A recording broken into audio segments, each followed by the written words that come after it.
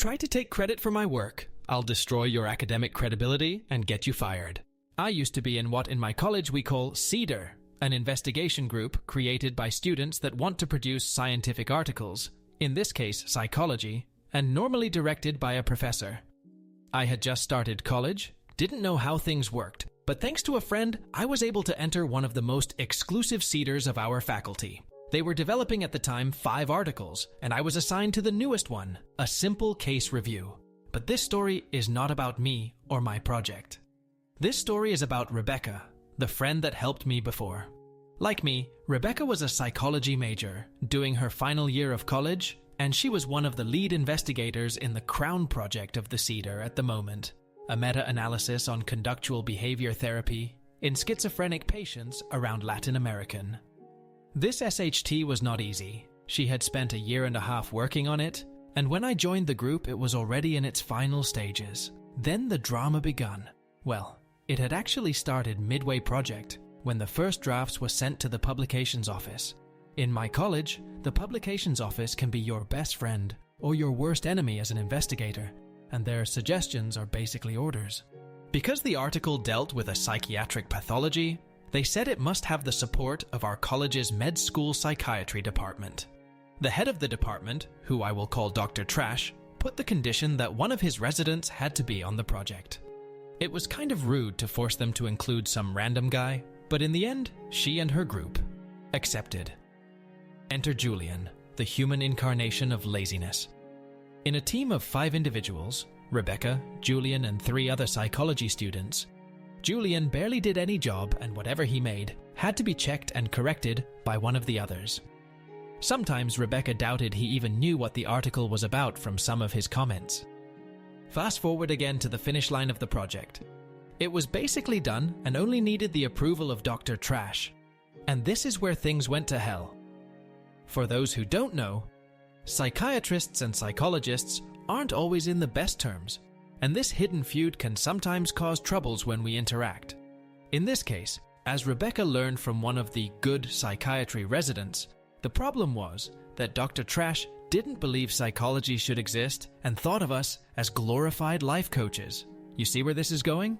With the project already done, he refused to approve it unless those credited as main authors were himself, reasonable to a point. Department heads were always considered main investigators, our CEDAR director and Julian.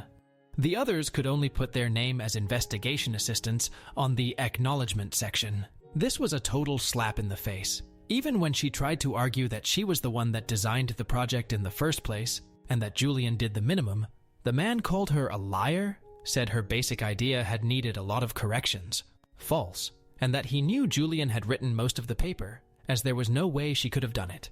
Remember, he saw us as life coaches.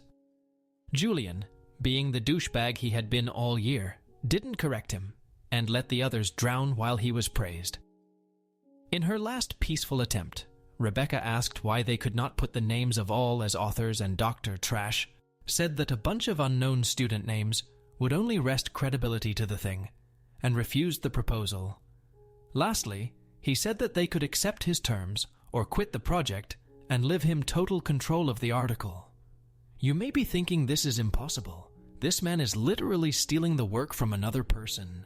Sadly, this is how investigation works sometimes, and is not uncommon that well-established investigators steal the work of unknown ones because in the he said you said, they are most likely to win. Even with evidence like mails and drafts, they can get their way. Rebecca and her friends were devastated, but even the director of the CEDAR refused to give them his support. The important thing is that the article is published, not who takes the credit, was his reasoning. That's when Rebecca decided to go full suicide bomber. When she told her friends of her idea, warning them it would be the best if they leave the project before things escalated, they decided to stay and help her.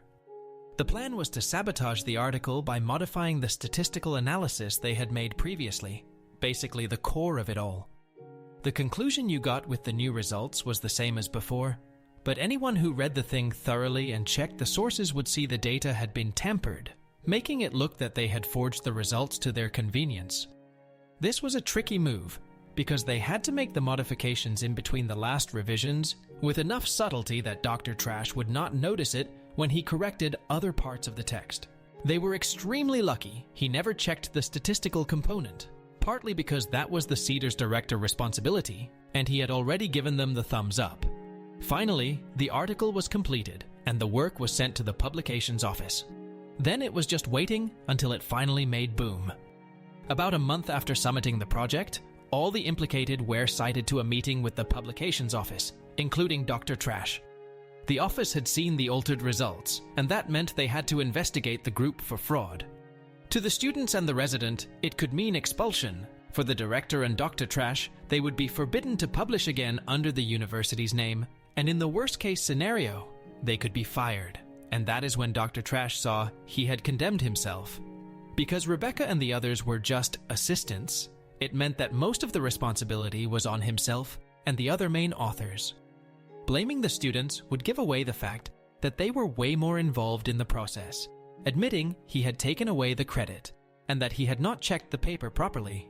In the end, he didn't have to decide how he wanted to be hanged, because the Cedar director spilled the beans in order to save his own neck. With the director's confession, Rebecca and the others could tell the truth and showed the publications office the real results and told them about the sabotage. The aftermath of this is very bittersweet. The office started an investigation on Dr. Trash articles and those he sponsored, finding he had done this way too many times. He was fired after the news spread around, and as far as we know, he has not done any more publishing in indexed literature because no serious magazine will accept his submissions.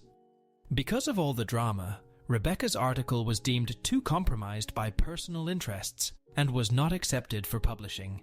So that year's hard work went directly to the Trash Cedar director, had to surrender his job as an investigator, and the Cedar disbanded because there was no other professor available or willing to direct it. My little project died in here, sadly. Julian was put on probation by the medical faculty. Rebecca and the others were banned from participating in other investigation projects or studies that were not related to their final thesis, but no more disciplinary actions were taken against them.